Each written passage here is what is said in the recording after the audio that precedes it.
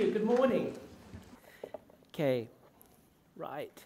My name is Wilson Wong. I'm head of Insight and Futures at the Chartered Institute of Personality Development.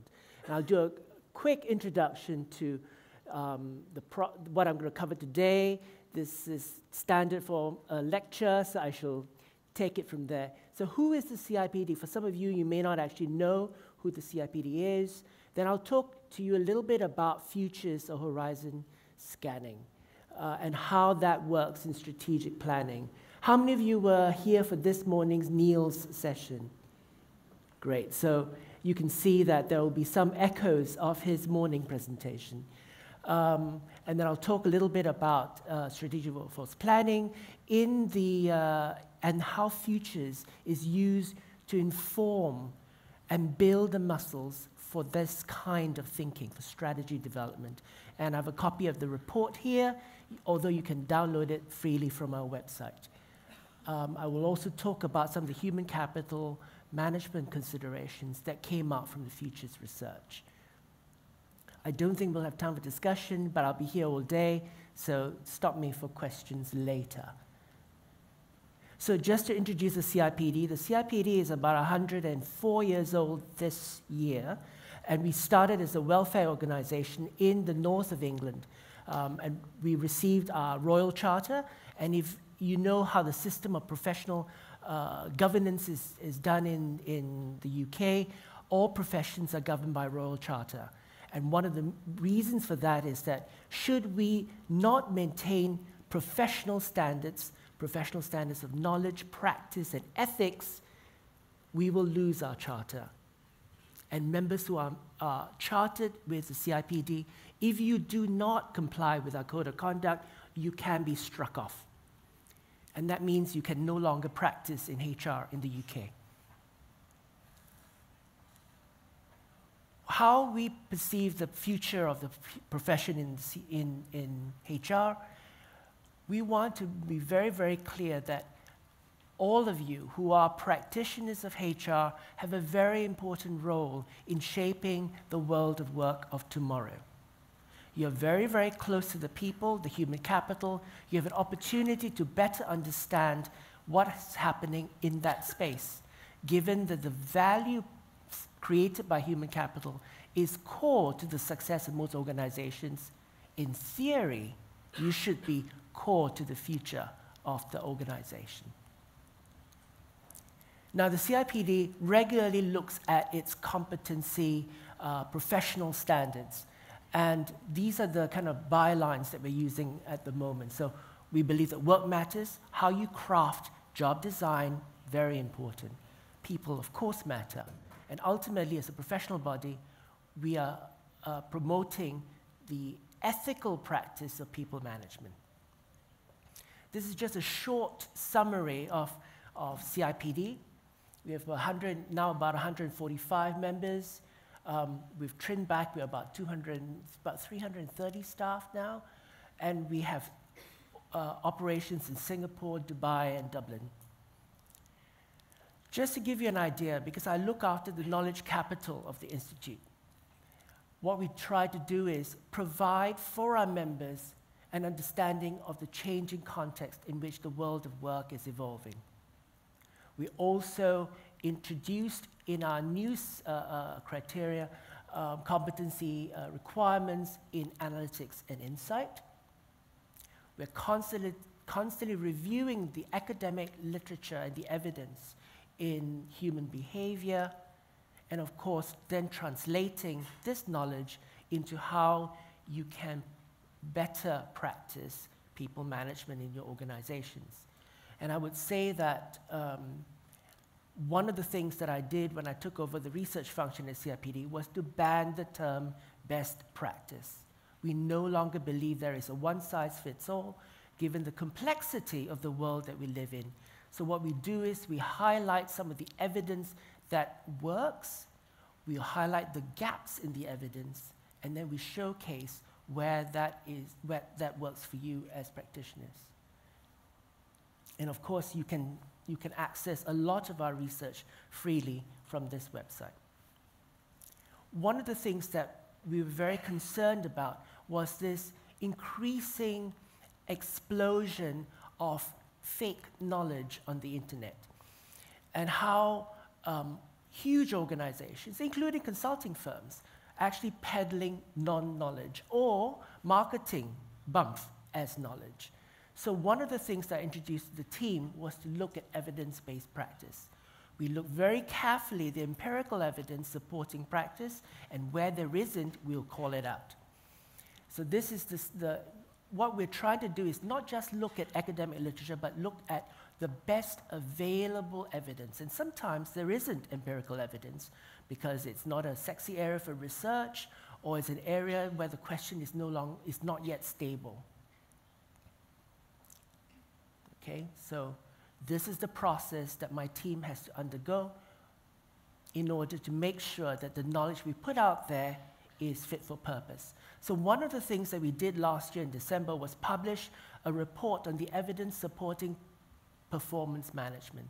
You've heard a lot of hot air about it, and so we decided we would actually go through the empirical evidence to make sure what actually worked, what we didn't know, and what was actually custom and practice.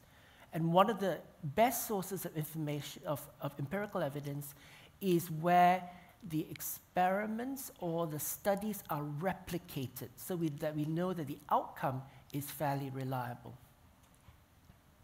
Now, before I go straight into the research, I just want to play a little game with you. So, I'm asking this question. In Latvia, what is the general trend for the average job tenure in the last 10 years? Do you think job tenure in Latvia has gone up?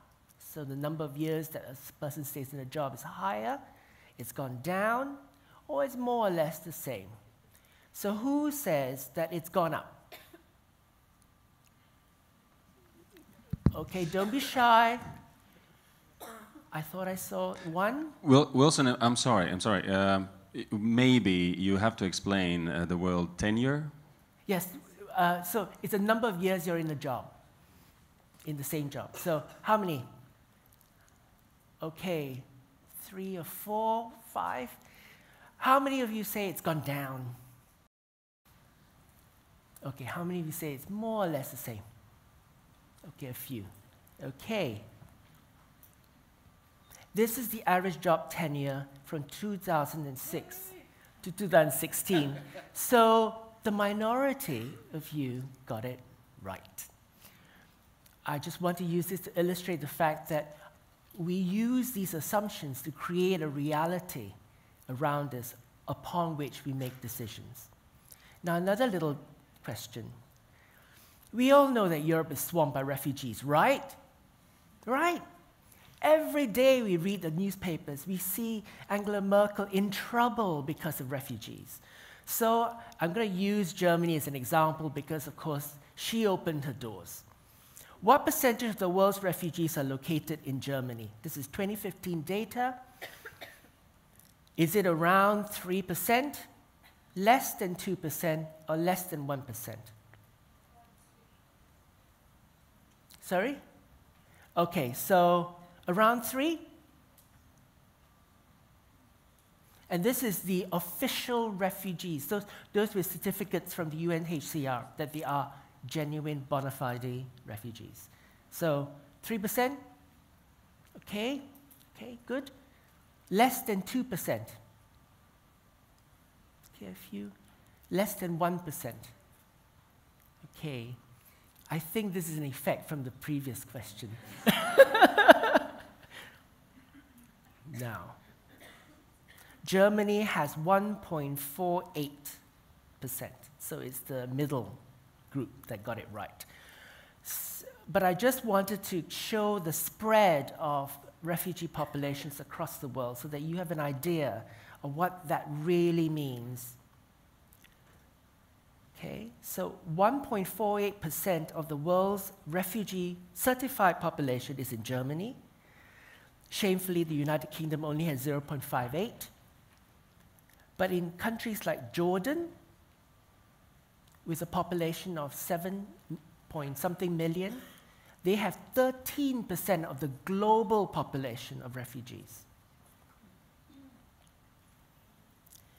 In terms of per capita, that means against their population, 36.52, that means 1/3 of their population are refugees. This is not a rich country, so I would urge you the next time you feel that you want to complain about refugees, think again about the facts. We have all made assumptions. I do it all the time. It's an easy way of making decisions. And most C-suite leaders do that too. Why? Because that is the shortest route to getting a decision done. It's fast, it's intuitive, we make use of past experience, patterns of behavior. We're also effective, emotional creatures. We make decisions on the hoof.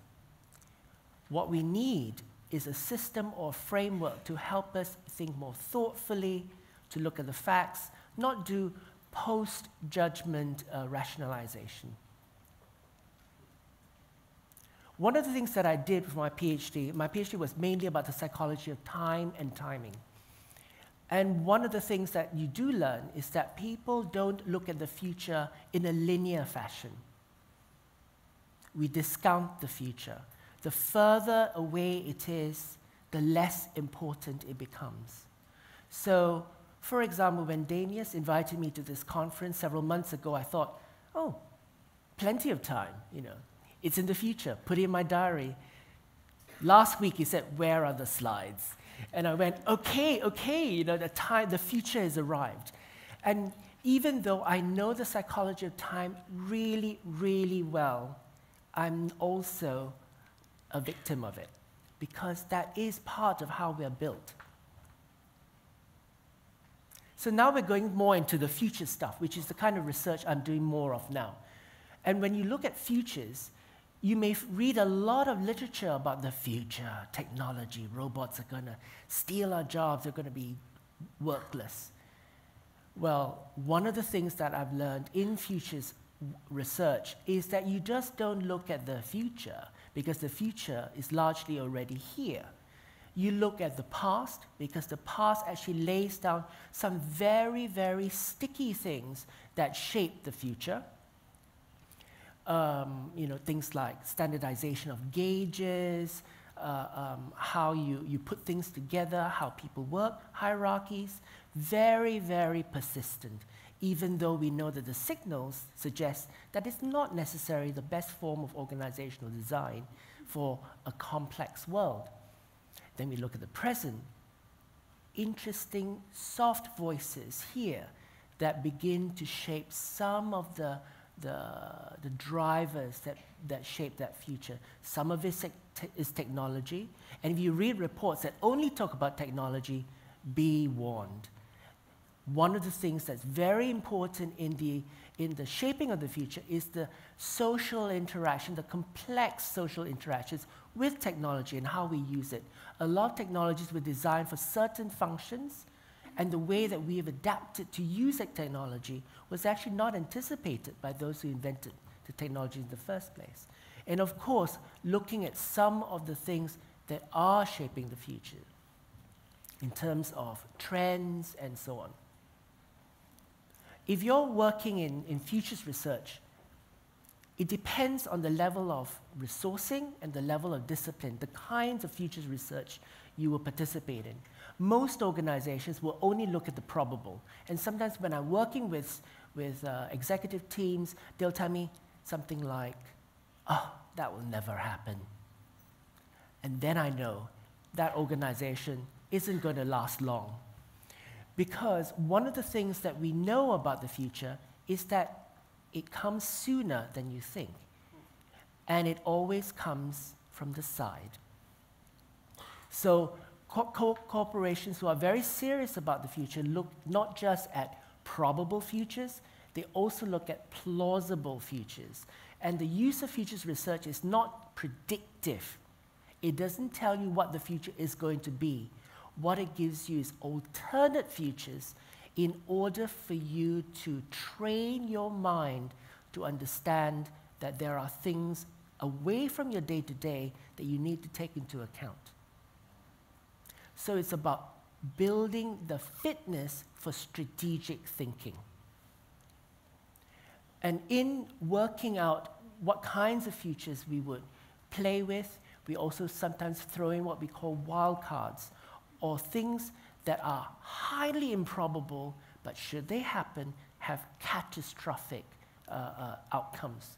So we could talk about, say, a pandemic, and how that, if we have a replication of the Spanish flu post-World War I, what would that do to our workforce planning?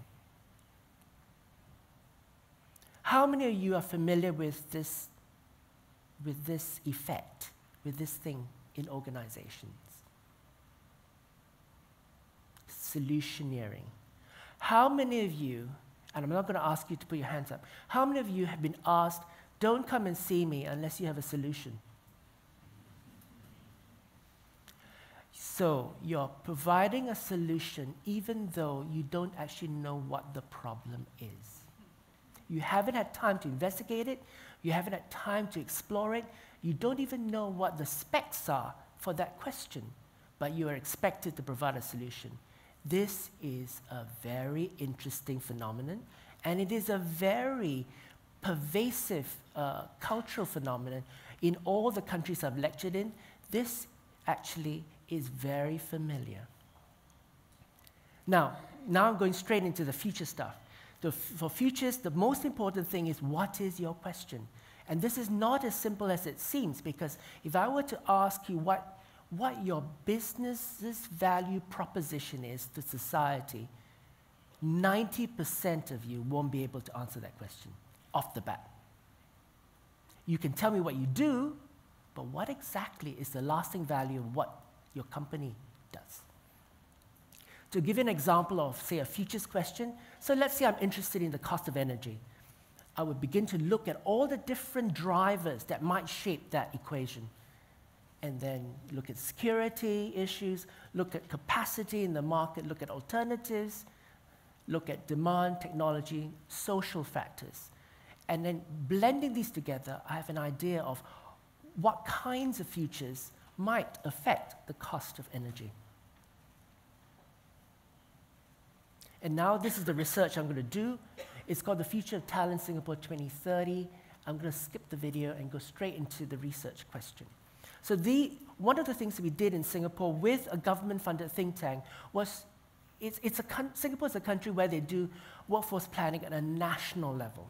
So they wanted to begin to build a vocabulary as to what might shape that talent in the future. So we did this project with them in order to challenge some of the assumptions that they were making about talent. We all know this war for talent, which was created by McKinsey many, many years ago, mainly as a marketing tool for executive pay. But nevertheless, it is a construct that is used very, very often in management, a construct which is actually very, very vague. So how is talent understood in Singapore? What are the most significant factors shaping that understanding of talent? And what are the drivers shaping the context to the understanding of talent in the next 15 years? There were three components: a Delphi study, trend analysis, and scenario planning. Now, how many of you heard of Delphi as a research tool? Okay. So Delphi is a tool that was first developed in the 1950s by Rand Corporation for the Department of Defense. Why? Because defense technologies can take decades to mature, and the Department of Defense wanted an idea of the kinds of futures that they would have to deal with, and then fund the appropriate technologies and try to bet as many good horses, winning horses, as possible. So the methodology involves bringing together experts from a variety of disciplines. And this means that they're both masters of their discipline, but also blind to the gaps that their discipline presents. So by bringing different disciplines together and having all the experts challenge each other over several rounds iteratively, we begin to try to bring some consensus as to why certain things are dominant in terms of driving or shaping that future. Trend analysis, looking at demographics, migration, sources of economic growth, and so on. And then using 1 and 2 to build different scenarios. And scenario building was classically developed by Shell Corporation many, many years ago. And Shell is one of those large corporations who are very serious about using futures in strategic planning or strategy development. So you know that during the late 70s, when we had the oil crises, the first oil crisis, Shell jumped from being the 6th largest oil company to the 2nd largest on the back of scenarios that they developed years before for the day when oil price would double, triple, quadruple. So they already had the thinking and the contingency and the red flags in place, which then allowed them to respond quite fast to the changing context. So this was the Delphi timeline that we did, and these were the findings. So the construct of talent and the signals of talent that we asked the expert panel to discuss, they're not a surprise. These are fairly textbook answers. But what I'd like to point out to you is the inconsistency between past experience, a track record, and potential. Now, potential is the ability to respond to new issues, to new stimuli. But what is the most persistent and consistent way of tracking talent? That tells me everything about your ability to manage the past, nothing about your ability to respond to the future. And of course, we look at trend data and drivers, fairly standard in this kind of research. And in terms of the Delphi drivers, again, a lot of these are not surprising, but I'll flag up the culture bit, which is of interest. So Singapore is a very unusual country in that it has full employment. It has had full employment except for maybe 2 blips in its 50-year history as an independent country. So one, you might think that that's really great, a country with full employment, but it has its downsides. The downsides of a benign employment environment is that there's a high cost of failure. You're not expected, if you have a good education, to fail at anything you do in that environment. In that society, education is used as the main proxy for talent. So if you have a master's, a really good master's from Harvard, you're set for life. It's one of those things that is, assuming that you have normal ability, that's where you would expect to get a good job and move straight into a career. But that also breeds a lower risk appetite in that population. So if I have a very expensive education from top world-class universities, why would I take a risky job? Why would I not work for a large corporation or in Singapore, work for the civil service? Because they're very well paid, they're very good with people development, and they also offer flexible working. So, you know, the best, the creme de la creme in Singapore will work for the civil service. But that also breeds a level of complacency because you have job security, you coast on your qualifications, and in any case, there are not that many people chasing your jobs because it's a full employment situation. So using that environment, using all these drivers, we built 4 scenarios. Steady as she goes, only trend data, so very familiar to the people of 2015. No One is an Island, where we looked at technology disintermediating some of the main value-creating activities in Singapore. As you know, Singapore trades on professional services, logistics, banking, finance, legal services, medical services, accounting services. Now, many of these will be disintermediated by technology. We already, how many of you heard of blockchain? Okay, so blockchain is a technology that's used to power cryptocurrencies, so virtual currencies. But it is also an electronic ledger that cannot yet be broken. So if you have an electronic ledger that records everything and is distributed, why do we need so many accountants? The technology will also hit HR. Just wait. Fortress Singapore. So in this world, we talk about crisis in the surrounding areas in Singapore, both physical and cyber. And Singapore decides to raise its walls. And remember, these scenarios were built in 2015, so way before the advent of Donald Trump and his Mexican wall. But Fortress Singapore then builds its human capital to provide both a physical barrier in terms of defense forces, but also its cyber warfare security capability. So the push towards human capital development is towards security. And in 4, it is a different kind of response where Singapore, in response to a regional crisis, decides to use both its technology and its capital to rebuild its hinterland so that it has very good relations, long-term relationships with its neighbors, but also build its expertise in terms of national and human capital development, very much like the post-war Marshall Plan. One of the things that you see in all these scenarios is that the evolution of the state, the role of the state, power and ethics, questions of fairness, and at org level, talent mobility, knowledge and skills obsolescence are present in all the scenarios.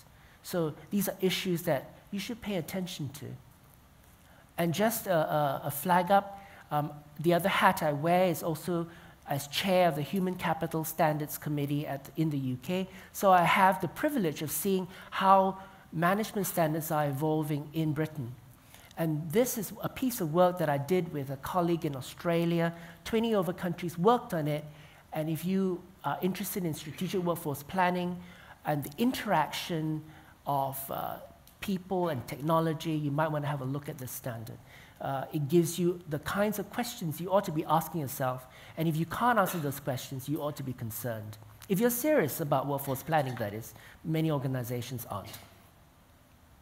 And see, these are some of the implications of strategic workforce planning when you start looking at some of the issues that are flagged up in that standard in relation to the research.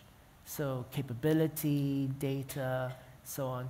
And Siri, earlier on, the speaker before me spoke about augmented workforce.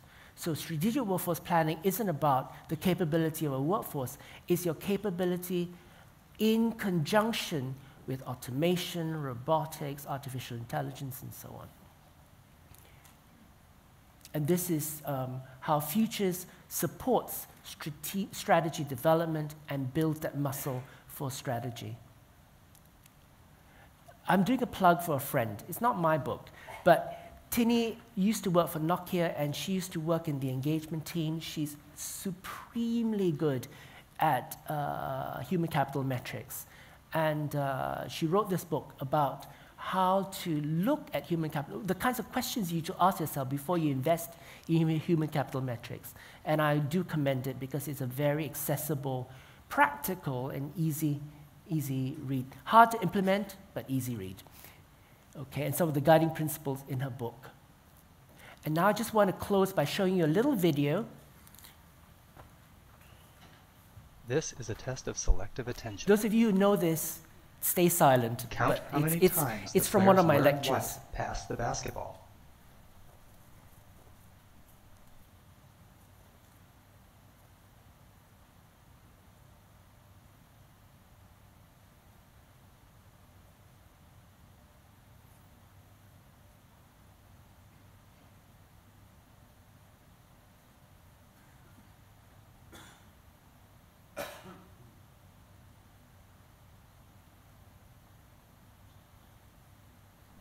How many passes? Okay, so how many passes did you count? 16? Any other? Sorry? 14? 17? 13. Okay, very good. Any other? Okay. Passes did you count? The correct answer is 15 passes. Who said 15? But did you see the gorilla?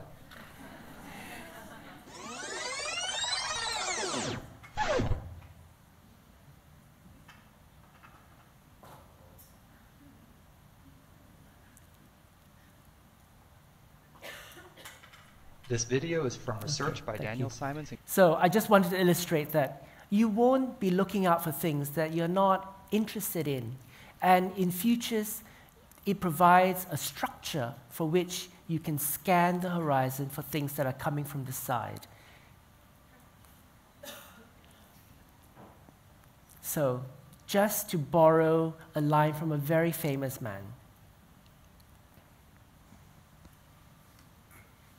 and how many of you have bosses who show the illusion of knowledge every day? I did, of course, check where this statement came from. And actually, there is some dispute about whether he actually said this. And it's also attributed to a librarian in the Library of Congress. So, you know, I'm just trying to illustrate with this that you ought to check what I say, just not believe everything. Thank you very much. Thank you, Mr. Wong. Thank you. Yeah, we don't have time for questions, I'm very sorry. But we do have a souvenir for speakers. And here it goes to you too. Thank you. Thank you.